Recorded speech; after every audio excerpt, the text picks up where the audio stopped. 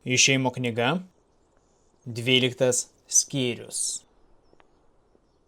Viešpats kalbėjo Mozei ir Aronui Egipto šalyje. Šitas mėnuo tebūna jums pirmasis metų mėnuo. Pasakykite visiems Izraelitams, kad šito mėnesio 10 dieną jie paimtų po avinėlį savo tėvų namams, po vieną avinėlį kiekvienai šeimai. O jei šeima yra per maža avinėlį suvalgyti, te paima kartu su savo artimiausių kaimynų, kad susidarytų tiek asmenų, kiek gali suvalgyti avinėlį. Avinėlis privalo būti be trūkumų, metinis patinėlis. Paimsite jį iš avių ar ožkų. Laikykite jį iki šio mėnesio 14 dienos. Kiekviena Izraelio tautos šeima turi jį papjauti tos dienos vakare. Jo krauju patepkite abi durų staktas ir skersinį tų namų, kuriuose valgysite avinėlį. Ta naktį valgykite mėsą keptą ant ugnies, su nerauginta duona ir karčiomis žolėmis. Jūs neturite jos valgyti žalios ar išvirtos vandenyje, tik keptą ugnyje, taip pat galvą, kojas ir vidurius. Nieko iš jo nepalikite iki ryto, o kas paliks lygi ryto, tą sudeginkite. Valgykite jį paskubomis, susijuosę strėnas, apsevę, laikydami lazdą rankoje. Tai Viešpaties pascha. Ta naktį pereisiu visą Egipto šalį ir išžudysiu visus pirmagimius, žmones ir gyvulius, ir visiems Egipto dievams įvykdysiu teismą. Aš Viešpats. O kraujas ant namų bus ženklas, kur jūs gyvenate. Pamatęs kraują, aplenksiu jūs, kad Egipto šalies bausmė nepaliestų jūsų. Ta diena tebūna jums atmintina diena.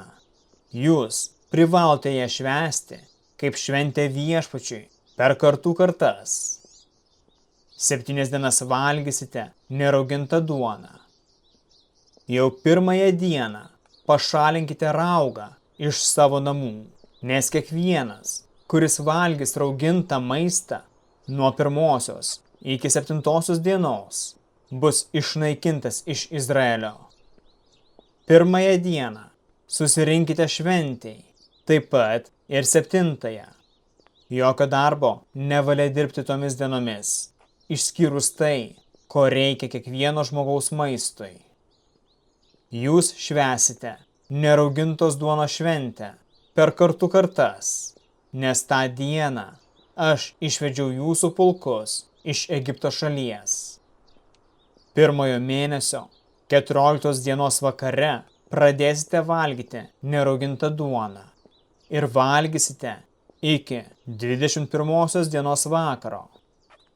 7 dienas nebus raugo jūsų namuose, nes kiekvienas, kuris valgys ką nors rauginto, bus išnaikintas iš Izraelio, ar jis būtų ateivis ar vietinis gyventojas.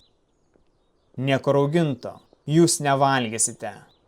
Savo namuose valgysite neraugintą duoną. Tada Mozė sušaukė visus Izraelio vyresniuosius ir jiems tarė: eikite, imkite avinėlį savo šeimoms ir pjaukite jį paschai. Po to imkite izopo ryšulėlį ir pamirkę dubenyje su krauju, patepkite juo abi durų staktas ir skersinį. Ne vienas jūsų te neišeina iki ryto iš savo namų, nes Viešpats pereis, žudydamas egiptiečius, pamatęs kraują ant abiejų durų staktų ir skersinio, aplenks ir neleis žudytojui įeiti į jūsų namus. Tai bus įstatas jums ir jūsų vaikams per amžius. Kai atvyksite į šalį, kurią Viešpats jums duos, kaip jis pažadėjo, laikykitės šitų nuostatų. Kai jūsų vaikai klaus, ką reiškia šitos apeigos? Atsakykite. Tai yra Paschos auka Viešpačiui, kuris aplenkė Izraelitų namus Egipte, kai jis išžudė egiptiečius ir išlaisvino mūsų namus. Tada žmonės nusilenkė ir pagarbino Viešpatį.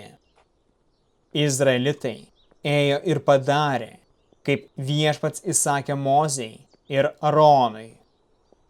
Vidurnaktį Viešpats išžudė visus pirmagimius Egipto šalyje, pradedant faraono, kuris sėdėjo soste pirmagimiu, baigiant pirmagimių kalinio, sėdinčio kalėjime, ir visus gyvulių pirmagimius. Naktį atsikėlė faraonas, jo tarnai ir visi egiptiečiai. Ir kilo didelis verksmas Egipte, nes nebuvo namų, kuriuose nebūtų mirusio. Ta naktį faraonas, pasišaukęs Mozę ir Aroną, tarė: Išeikite iš mano krašto, jūs ir Izraelitai, eikite, tarnaukite Viešpačiui, kaip sakėte, pasimkite avis ir galvijus, kaip sakėte, eikite ir palaiminkite mane taip pat. Egiptiečiai ragino tautą skubiai išeiti iš šių šalies, sakydami: mes visi išmirsime.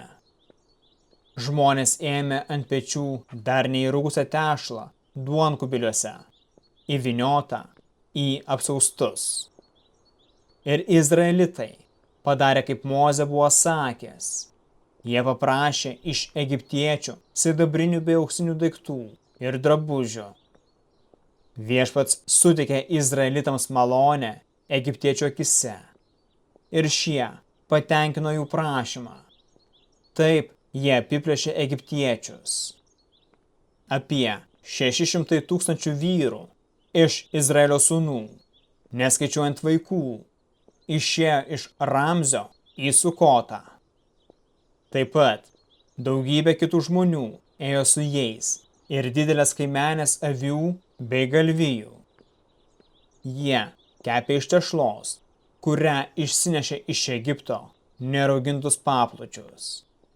Ji dar nebuvo įrūgusi, nes jie buvo skubiai išvaryti iš Egipto ir nespėjo pasigaminti maisto kelioniai. Izraelitai pragyveno Egipte 430 metų. Praėjus 430 metų, vieną dieną visi Viešpaties pulkai iškeliavo iš Egipto. Ta naktis, kurią juos išvedė iš Egipto krašto, yra Viešpaties šventė. Izraelitai privalo tą naktį švęsti per kartų kartas. Viešpats kalbėjo Mozei ir Aronui: šitas yra Paschos įstatymas. Jokiam svetimšaliui nevalia Paschos valgyti. Tačiau pirktas vergas turi teisę ją valgyti tada, kai ji apipjaustai. Svetimšaliui ir samdiniui negalime jos valgyti. Ji turi būti valgoma namuose. Nevalia mėsos išnešti iš namų ir neleidžiama sulaužyti jokio kaulo. Visa Izraelio tauta privalo ją švęsti. Jei ateivis apsistotų pas tave ir norėtų švęsti Paschą, tai visi jo vyrai privalo būti apipjaustyti. Tuo atveju leidžiama jam švęsti Paschą. Ir jis bus tarsi vietinis šalies gyventojas. Bet niekam neapipjaustytam neleistina jos valgyti. Tas pats įstatymas galioja ir pas jus gimusiam ir ateiviui, apsigyvenusiam tarp jūsų. Izraelitai darė, kaip Viešpats įsakė Mozei ir Aronui. Ta dieną Viešpats išvedė Izraelitų pulkus iš Egipto šalies.